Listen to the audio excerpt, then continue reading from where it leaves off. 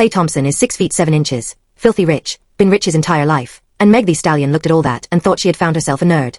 Let me say that one more time so it lands. Meg Thee Stallion looked at a Showtime Lakers bloodline, a son of Michael Thompson, a 4-time NBA champion, a man who has been handsome and wealthy since the day he came out the womb, and Meg Thee Stallion thought she had found a nerd. That's the whole story. That's the punchline. That's the tape. And now the internet is on fire, the death threats are flying at Klay Thompson, the Meg Thee Stallion fans are moving in packs, and nobody, and I mean nobody, is asking the one question that actually cracks this entire situation wide open. So sit down. Lock in. Because what everybody else is arguing about is not the real story. The real story is buried 3 layers underneath, and by the end of this video, you're going to see Klay Thompson, Meg Thee Stallion, and every nice guy rich boyfriend you have ever met in a completely different light. You guys, this one is a rabbit hole. Let's get into it. Everybody keeps framing this like it's a simple cheating scandal. It is not. Meg Thee Stallion did not just get cheated on. Meg Thee Stallion got out-strategized.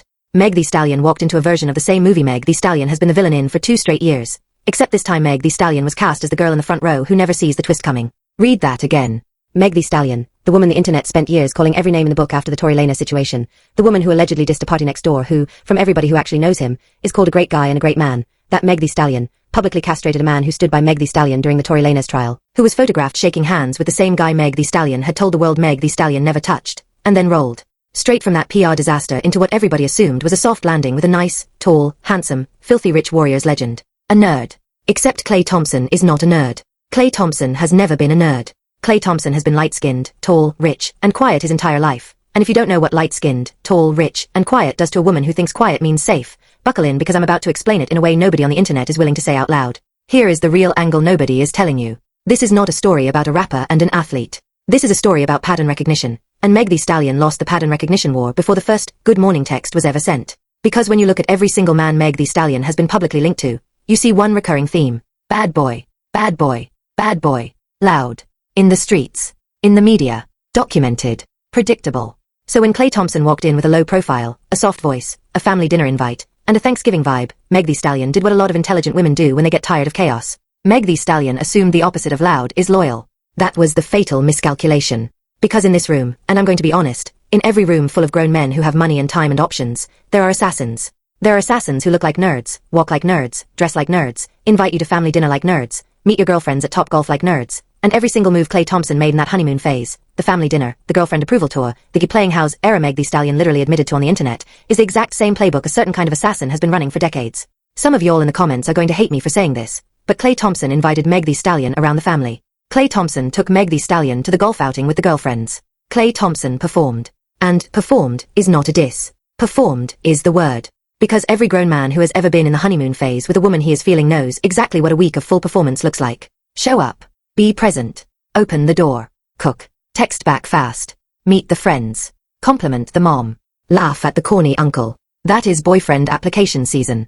That is week 1 of the audition. That is not proof of love. That is proof that a man knows the interview. And here is where it gets ugly. There is a very specific type of man, and Klay Thompson may or may not be one of them, who has been running that interview so long, so well, and so quietly that even the man himself has forgotten it's an interview. The whole, I'm a love bomber, I move fast, I fall in love in 24 hours, I let her stay at my house for 3 weeks energy? That is a documented lifestyle. That is a pattern. And when a 37-year-old assassin with a bloodline of Showtime Lakers money runs that pattern on a woman who is trying to change her own pattern, somebody is walking out of that situation with tire tracks on their heart. This time it wasn't him.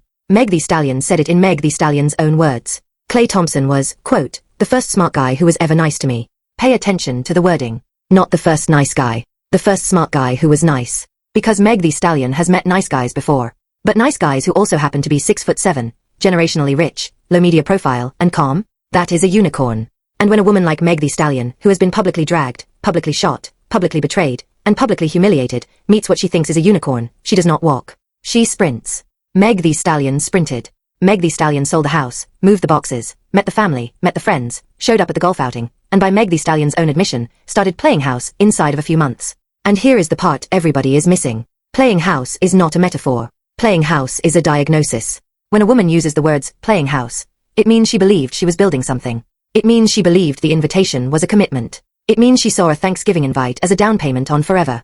And when a man of Klay Thompson's height, bank account, and calm energy allows a woman to sink that far into the fantasy without ever correcting the narrative, that man is not a nerd. That man is running a script. Now let's talk about the karma argument, because that is where the internet is deadlocked, and this is where most commentators are getting it flat wrong. Some of the men online are saying what's good for the goose is good for the gander.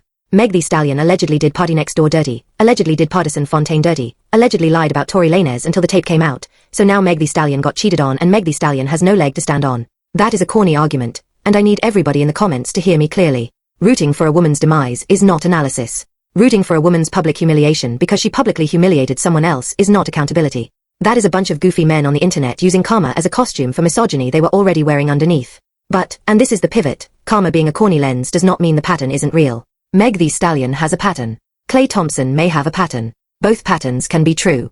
Both people can be accountable at the same time. That is the part the internet cannot hold in its head, because the internet wants heroes and villains, and this story does not have either. This story has two people who ran into each other at the exact wrong moment in each other's timelines and lit a match. Because if Meg Thee Stallion's version of events is accurate, and I'm going to keep saying if, then everything shifts. If Meg Thee Stallion caught Klay Thompson cheating, and Klay Thompson responded with, "Yo, I'm not sure I can do this monogamous thing," after moving Meg Thee Stallion in, after Thanksgiving, after the family dinner, after the golf outing, after the playing house era, then Klay Thompson didn't just cheat. Klay Thompson pulled the rug on a woman who had built a floor. That is not a mistake. That is a decision. And no matter how many bad decisions Meg Thee Stallion made with Pardison Fontaine, no matter what happened with Partynextdoor, no matter what came out about Tory Lanez, none of that grants Klay Thompson a free card. You cannot use a woman's past receipts to void the receipts of the man currently in front of her. That is not how accountability works. That is how deflection works. And deflection is the #1 weapon of the assassin, because the assassin knows that if he can point at your past long enough, nobody will look at his present. But here is the twist. Here is the unique angle nobody is running. Everybody is arguing about whether Meg Thee Stallion deserved this because of Meg Thee Stallion's history. Nobody is asking the more dangerous question. What if Klay Thompson knew? What if Klay Thompson watched Meg Thee Stallion's entire public arc, saw the Partynextdoor drag, saw the Tory Lanez fallout, saw the Pardison Fontaine breakup, and saw one thing that everybody else missed? What if Klay Thompson saw a woman who was tired? What if Klay Thompson saw a woman who was so publicly bruised, so publicly betrayed, so publicly desperate to find a smart, nice one, that Klay Thompson knew Meg Thee Stallion would move fast, move quiet, and move all in the second the family dinner invite hit the calendar? I'm not saying Klay Thompson did that on purpose. I am saying that when you are 6 feet 7 inches, handsome, rich, and 37, you know exactly what a family dinner invite does to a woman in Meg Thee Stallion's exact emotional state. You know. Every man with money and mileage knows. And at some point, I didn't know stops being a defense. Because let's tell the truth about the honeymoon phase for a second. The first time a grown man love bombs, fine. The 5th time a grown man love bombs, fine. But when you are 37 years old, and you have money, and you have presence, and you have a track record of moving women into the house in 24 hours, and you have a track record of Thanksgiving invitations and golf outings and girlfriend approval tours, at some point that stops being a personality and starts being a strategy. Because you know the ending. You have seen the ending. You have starred in the ending. And to keep running the script anyway, knowing the woman on the other side is reading it as forever while you are reading it as a Tuesday, that is not falling out of love fast. That is knowing you were never in it. And that is the sentence that should be tattooed on the internet's forehead this week. Klay Thompson may not have fallen out of love fast. Klay Thompson may have never been in it at all. And the performance in the family dinner, in the golf outing, in the playing house era, was not the beginning of love. It was the interview process for a role Klay Thompson was never planning to give her. Now let me switch gears, because the fan wars are the real virus here. The Meg Thee Stallion fans are mad at Klay Thompson. Everybody else is looking at Meg Thee Stallion like, duh. This is the pattern. Both camps are half right and half insane. The Meg fans are correct that if what Meg Thee Stallion is saying is true, Klay Thompson did something foul. The neutral camp is correct that Meg Thee Stallion has a documented pattern of taking L's public and blaming the men. Both can be true. But the death threats, the doxing, the swarm attacks on Klay Thompson's family, the pile-on aimed at anyone in Klay Thompson's orbit, that is not defending Meg Thee Stallion. That is parasocial warfare dressed up as feminism. And here is the part that will really hurt some of y'all. Meg Thee Stallion knows exactly what happens when Meg Thee Stallion posts. Meg Thee Stallion has watched Meg Thee Stallion's fanbase do this 6, 7 times now. When Meg Thee Stallion goes online publicly and drags a man, Meg Thee Stallion is not venting. Meg Thee Stallion is deploying. That is a weapon. And using that weapon over and over on man after man after man is a pattern that Meg Thee Stallion, at some point, has to own the same way we are asking Klay Thompson to own his. Let me pause on that phrase, playing house, one more time, because that phrase is the receipt for the whole case. When two people are as wealthy as Meg Thee Stallion and Klay Thompson, living together does not mean what it means for regular folks. Regular people move in together, and it means one lease, one utility bill, one bed, one toothbrush holder. When Meg Thee Stallion and Klay Thompson live together, it could mean Klay Thompson has a mansion in the Bay, Meg Thee Stallion has a mansion in Houston, and there are 3 or 4 other properties they float between like a rich person carousel. So when Meg Thee Stallion on Meg Thee Stallion's own timeline chose the phrase playing house, Meg Thee Stallion was telling us the receipts. Meg Thee Stallion was telling us that inside all that money, all that square footage, all that private jet distance, Meg Thee Stallion was still doing the small stuff. Cooking. Waking up next to Klay Thompson. Folding a hoodie. Making a sundae. That is the tell. Because rich people do not play house unless they are trying to become a family. And that is a level of vulnerability that changes the moral math of a cheating allegation. That is not, we hooked up a few months. That is a woman who lit a candle and set a table. And I need the men in the comments to be honest for 1 second. If you are dating a woman, and that woman has lost her family, and that woman has been through the most tumultuous 2 years any woman in music has been through in a decade, and Thanksgiving is coming up, and you are on the I can't wait to talk to you on the phone honeymoon phase, and you have any type of decency, you invite that woman to the family dinner. Full stop. Every real one in the room just nodded. That is the base level of care. So when Klay Thompson invited Meg Thee Stallion, that was not a proposal. That was decency. But here is where the goalpost gets moved, and the internet keeps missing it. When you go from Thanksgiving dinner to the golf outing with the girlfriends, to meeting the mom, to the playing house era, all in a compressed window, you have crossed a line where decency has become declaration. And once you cross that line, you do not get to run back across it and act like it was casual. That is the specific move that Meg Thee Stallion says Klay Thompson pulled. And if that is what happened, that is not smooth. That is craven. Now I want to talk directly to the women watching this, because y'all are the audience that this story is actually being written for. Meg Thee Stallion, whether Meg Thee Stallion knows it or not, is the case study of a generation. Every woman who has ever gotten publicly humiliated on the internet, every woman who has been the punchline, every woman who has looked at the nice one in the group chat and thought, maybe this is my off-ramp, is watching Meg Thee Stallion in real time to see what happens on the other side of the off-ramp. And what Meg Thee Stallion is showing us is that the off-ramp is a trap if you sprint into it. Sprint into any relationship, no matter how nice or smart or quiet the man looks, and you will find yourself on the wrong side of a headline. Take your time. Interview him for real. Watch him around his boys when he thinks you are not looking. Watch how he talks about the last woman he loved. Watch how he handles a small no. Watch him around waitstaff. Watch him around his mother.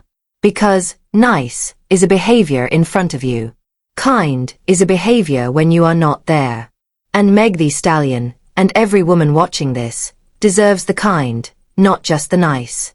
And let me put a bow on the handsome thing, because I keep hearing men in the comments say, well, she should have known he was going to cheat because he's tall and rich. No.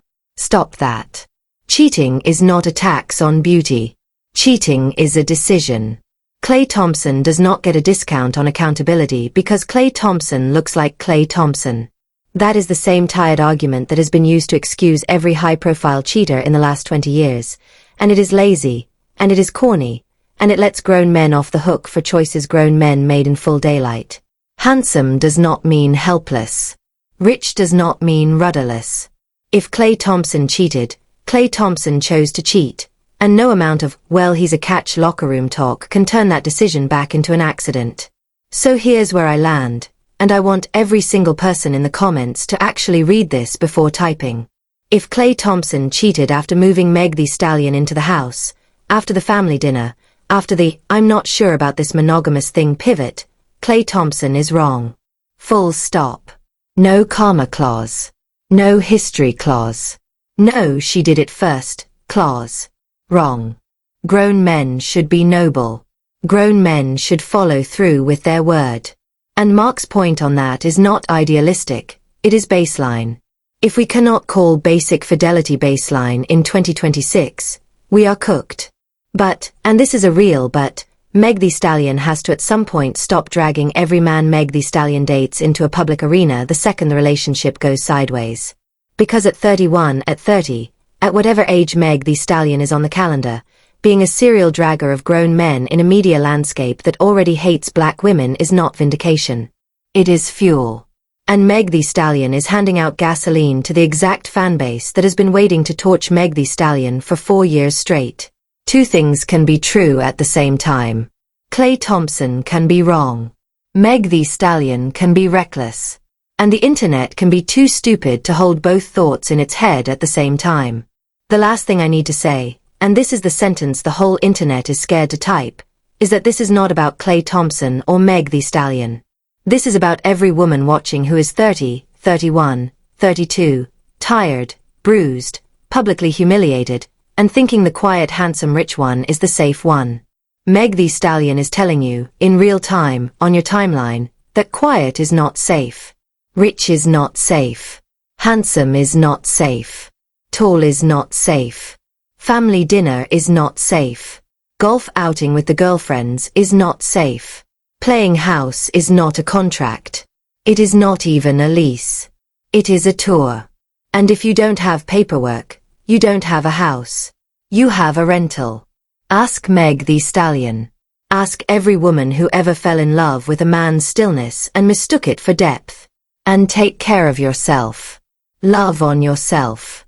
Because at the end of the day, the only person guaranteed to still be here after the fan wars die down, after the Partynextdoor camp moves on, after the Tory Lanez trial closes, after the Klay Thompson news cycle turns, is the woman in the mirror. That is who Meg Thee Stallion needs to invest in. That is who every woman watching this needs to invest in. Not the nerd. Not the assassin. Not the light-skinned rich one. You. Full stop. Now let me know what you'll think in the comments, because I already know this one is going to split the room in half. Team Meg Thee Stallion, tell me why. Team Klay Thompson, tell me why. Team, they're both wrong and I'm tired, pull up. I'll be live later on tonight to run through all the newest developments in this Meg Thee Stallion Klay Thompson mess, because trust me, more receipts are about to drop. I'll talk to y'all later. Bye. And listen, if you made it this far in the video and you have N.